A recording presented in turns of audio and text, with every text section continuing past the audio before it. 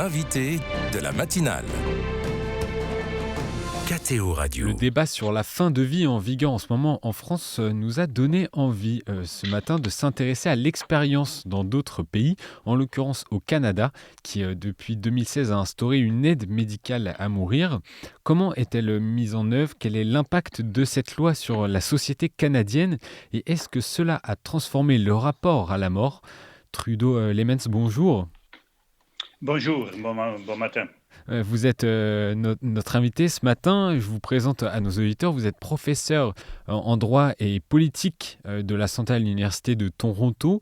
On peut indiquer en guise d'introduction à nos auditeurs que vous êtes notamment préoccupé par les conséquences de l'aide médicale à mourir sur la société. Première question, pourquoi y a-t-il eu au Canada cette volonté d'évolution législative sur la fin de vie? La législation sur ce qu'on appelle ici l'aide médicale à mourir, mais ce qui est en fait surtout la pratique de l'euthanasie. L'euthanasie a été légalisée suite à une décision de la Cour suprême en 2015. Et c'est une décision qui a été préparée par des gens qui étaient très actifs pour essayer de légaliser l'aide médicale à mourir. Le législateur a été invité. Le Parlement a été invité par la Cour suprême de donner accès à une sorte de forme d'aide médicale à mourir pour des gens qui s'approchaient de leur mort. Alors, la Cour suprême n'a pas dit quoi faire, mais a simplement dit qu'une interdiction absolue de suicide assisté et d'intervention médicale pour finir la vie d'une personne était inconstitutionnelle et violait le droit à la liberté et la sécurité des personnes. Et le Parlement a pris 1 an, avec une extension un peu plus même, pour légiférer.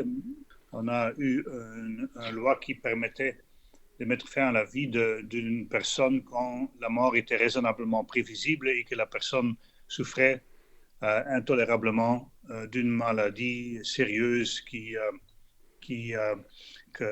ne pouvait pas être soulagé dans des circonstances, dans des conditions que la personne trouvait tolérables. Et cette loi, justement, a évolué depuis 2016 au Canada? Oui, très vite.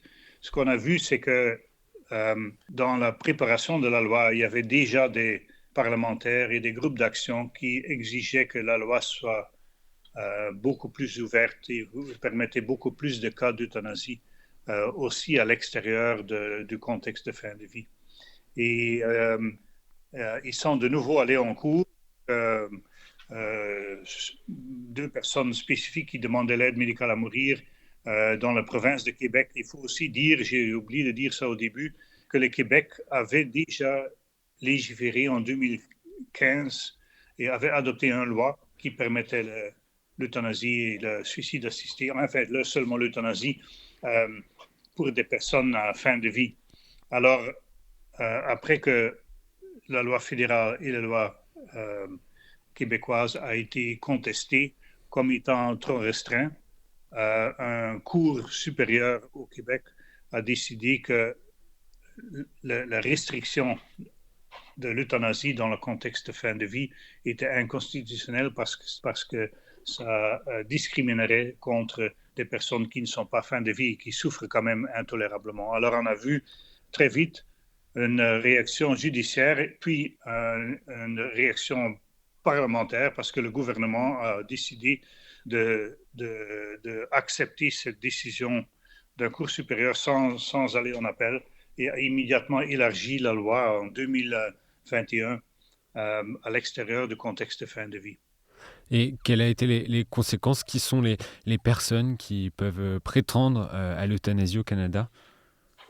Ce qui est frappant, c'est que déjà avant que la loi soit élargie en 2021, on a eu une augmentation phénoménale des cas d'euthanasie chaque année au Canada. Alors on a dans une période de à peu près 6 ans, 7 ans, le Canada a dépassé le nombre de cas d'euthanasie en Belgique et aux Pays-Bas. On a maintenant le plus grand nombre de cas d'euthanasie par année.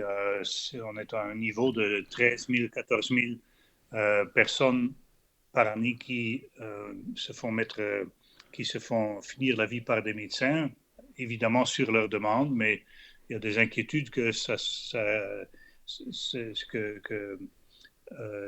arrive souvent dans un contexte où il y a un manque de soins adéquats, où les soins palliatifs n'ont pas été commencés à temps, ou dans certains cas où les soins palliatifs ne sont pas disponibles. Et comme je vous ai expliqué, même avant l'élargissement de la loi, on avait déjà une augmentation et une interprétation très large de qu'est-ce qui veut dire qu'une personne s'approche de sa mort naturelle, parce que ça, c'était la condition dans laquelle on pouvait donner l'aide médicale à mourir avant l'extension de la loi en 2021. Alors, on avait déjà des pratiques d'euthanasie de personnes qui avaient des années à vivre normalement encore. Et puis, avec l'élargissement de la loi, on a très vite vu des cas de personnes avec des années, même des décennies encore à vivre, mais qui souffrent d'une maladie chronique. On est maintenant à au moins 500 personnes qui sont soi-disant handicapés, qui ont reçu l'aide médicale à mourir et qui ne s'approchaient pas de leur mort. Et on s'attend que ça va augmenter encore plus. On le comprend, cette législation a modifié le rapport à la mort. Comment on peut le comprendre ? Oui, je dirais que c'est une combinaison de facteurs. On a commencé dans le contexte spécifique canadien avec le fait qu'il y a eu une décision de la Cour suprême qui mettait ça dans le contexte des droits constitutionnels. On a vu une rhétorique se développer, une rhétorique de on a le droit à l'aide médicale à mourir. Et deuxièmement, on a eu aussi vu un lobby puissant et une pratique de normalisation d'intervention médicale à mettre fin à la vie. Dans la province de Québec, on a maintenant 7% de personnes qui meurent avec une intervention médicale. Alors 7%, on voit comment les médecins c'est pas nécessairement un grand nombre de médecins, mais comment simplement le fait que c'est si facilement disponible, que c'est complètement payé par l'État, changer l'approche, à normaliser le fait que des médecins soient impliqués dans mettre fin à la vie de personnes. Et vous dites que cette loi sur l'aide médicale à mourir engendre des problèmes de justice sociale. Vous pouvez nous expliquer pourquoi ? Oui, parce que ce n'est pas nécessairement la majorité des cas, mais on a explicitement vu déjà une fois qu'on commence à dire que les souffrances individuelles donnent un droit à avoir un soulagement. Et une fois qu'on commence à accepter que des médecins se sentent obligés d'offrir une solution à des souffrances, qu'on trouve aussi des situations où des personnes souffrent, pas nécessairement pas seulement par leur maladie, mais par les contextes sociaux dans lesquels ils se trouvent. Et on a déjà eu explicitement des cas où des personnes disent explicitement qu'ils aimeraient continuer de vivre, mais que leurs conditions socio-économiques sont telles qu'ils ne voient pas d'autre option que de demander de se faire mettre fin à la vie. Alors ça, c'est extrêmement inquiétant. Est-ce qu'il y a des exemples dernièrement qui vous ont marqué ? Je dirais il n'y a pas un mois qu'on n'a pas de cas qui, selon moi, sont assez troublants. Le mois passé, par exemple, ou il y a quelques semaines, un père est allé en cours pour essayer de faire suspendre la décision de euthanasier sa fille de 27 ans qui vit avec lui, elle vit encore parce que le cour a accepté une injonction temporaire, mais de mettre une injonction temporaire, mais ça montre un peu les dilemmes. Je dois ajouter que cette fille souffrent selon le père d'autisme. Alors on voit des cas de personnes vulnérables qui souffrent de conditions qui peuvent être adressées normalement par des interventions socio-économiques et psychologiques, mais où la personne perçoit la possibilité d'avoir le support par le système médical à mettre fin à sa vie, où la personne perçoit ça comme une solution à la souffrance. Et le fait que des médecins soient impliqués là-dedans, mon inquiétude, c'est que certains médecins, ce n'est pas la majorité, mais certains médecins qui sont très actifs dans le contexte de l'aide médicale à mourir, commencent à percevoir ça comme une forme de satisfaction de pouvoir soulever la souffrance où avant, ils auraient peut-être dû prendre du temps.